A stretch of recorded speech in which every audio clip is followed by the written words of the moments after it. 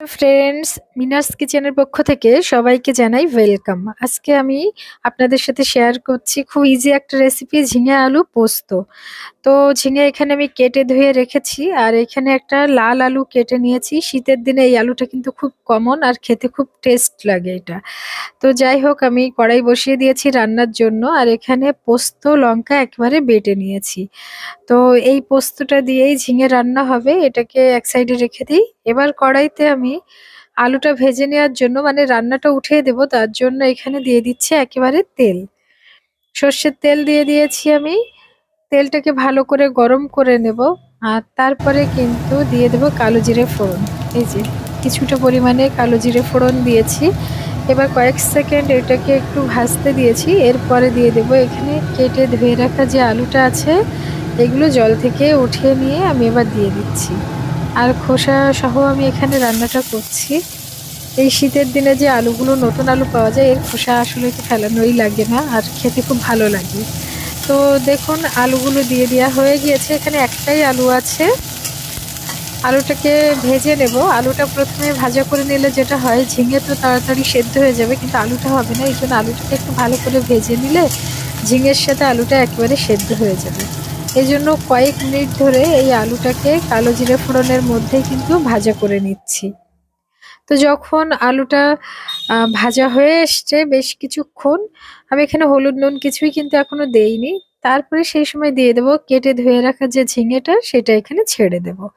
আর ঝিঙে থেকে কিন্তু জল ছাড়ে, তো সেই জন্য ঝিঙে আলু পোস্ততে জল লাগে না বললেও চলে, বা একদম অল্প একটু দিলেও হয়ে যায়। তো চলুন, ঝিঙেটা দেওয়ার পরে এবার ভালো করে এটাকে কষিয়ে নেব। ঝিঙে আলুটাকে ভালো করে কষিয়ে নেব। অ্যাকচুয়ালি হয়েছে কি, আমি বাঁ হাত দিয়ে কিন্তু ফোনটাকে ধরে ডান হাত দিয়েই ক্যামেরাটা আর কি ভিডিও করছিলাম, ফোনের যেটা। তো এই জন্য কিন্তু হয়তো আপনাদের একটু অসুবিধা হচ্ছে ভিডিওর যেভাবে এসছে। এখানে ঝাল হিসাবে আমি দিয়ে দিয়েছি একটা লঙ্কা।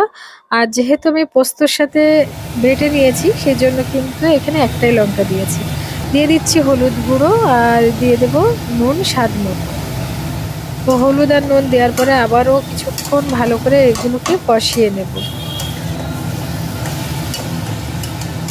এই যে ভালো করে ঝিঙে আলু কিন্তু কষানো হয়ে গেলে তারপরে কিন্তু এটাকে আমি একটু ঢেকে দেব, যাতে করে এই ঝিঙেটা জল ছেড়ে দেয়। আর প্লাস সেই ঝিঙের জল ছাড়া থেকেই আলু আর ঝিঙে কিন্তু 50% সেদ্ধ হয়ে আসবে। ততক্ষণ পর্যন্ত এটাকে আমি ঢাকা দিয়ে রাখবো।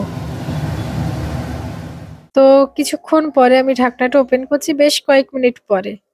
আর এই যে দেখুন, ঝিঙে থেকে তো খুব দ্রুতই জল ছেড়ে দেয়। তো এখানে জল ছেড়েও দিয়েছে, আর এগুলো কিন্তু 50% সেদ্ধ হয়েও এসছে। আমি আপনাদেরকে দেখাচ্ছি। এটাকে একটু ভালো করে আমি মিশিয়ে নিচ্ছি, মানে আবার একটু কষিয়ে নিচ্ছি। আর এই যে ঝিঙেটা আমি চেক করছিলাম, তো ঝিঙেটা 50% সেদ্ধ হয়েছে। এগুলো যেহেতু নরম সবজি, জাস্ট আলুটা সেদ্ধ হতে যেটা দেরি হয় আর কি, এই জন্য আলুটা ভালো করে ভেজে নিয়েছি। আর সাধারণত দেখবেন সাদা আলুর থেকে লাল আলুটা একটু কিন্তু শক্ত হয়, মানে শক্ত বলতে সাদা আলু যেমন শীতে খুব দ্রুত গলে যায়, লাল আলুটা ওরকম না, খেতেও খুব ভালো লাগে। এই জন্য লাল আলুটাই আমি এখানে দিয়েছি।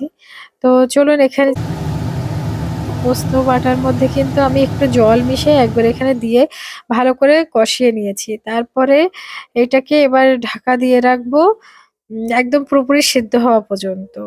আমি আর টাইমটা বলছি না, কেননা সবজি কতক্ষণে সেদ্ধ হবে সেটা সবজির উপরে ডিপেন্ড করে। তো সেই জন্য আমি ঢাকা দিয়ে রেখেছিলাম। এরপরে এটাকে চেক করছিলাম। আর এই যে জলটা দেখতে পাচ্ছেন, মানে ঝোল এটা কিন্তু থাকবে না, এটাকে একদম শুকিয়ে নেব।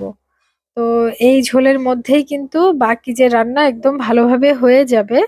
তো আমি এগুলোকে হতে দিচ্ছি, আর এই যে ঝোলটাকে শুকিয়ে নেব।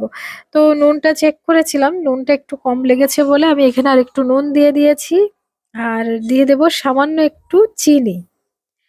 আসলে ঝিঙে, করলা, মিষ্টি কুমড়ো এগুলোতে কিন্তু একটু চিনি দিলে খুব ভালো লাগে, মানে হালকা একটু মিষ্টি মিষ্টি লাগে। আর দেখতে পাচ্ছেন এই যে ঝোলটা শুকিয়ে কিন্তু একদম আমি এরকম করে নিয়েছি রান্নাটা। আমার রান্নাটা কমপ্লিটও হয়ে গিয়েছে। এবার আমি এটাকে কড়াই থেকে নামিয়ে নেব। এই কাজটা কড়াইতেও করা যায়। মানে যে সর্ষের তেল লাস্টে একটু দিয়ে ঢাকা দিয়ে রাখা। তো আমি কড়াই থেকে নামিয়ে নিয়েছি গামলাতে, মানে একটা পাত্রে নামিয়ে নিয়েছি। নিয়ে উপর থেকে অল্প একটু সর্ষের তেল দিয়ে সাথেই ঢাকা দিয়ে দিচ্ছি। গরম তরকারি কিন্তু। তো এতে করে সর্ষের একটা বেশ ভালো গন্ধ আসবে। মানে সর্ষের তেলেতে ব্যাস হয়ে গেল আমার রান্নাটা।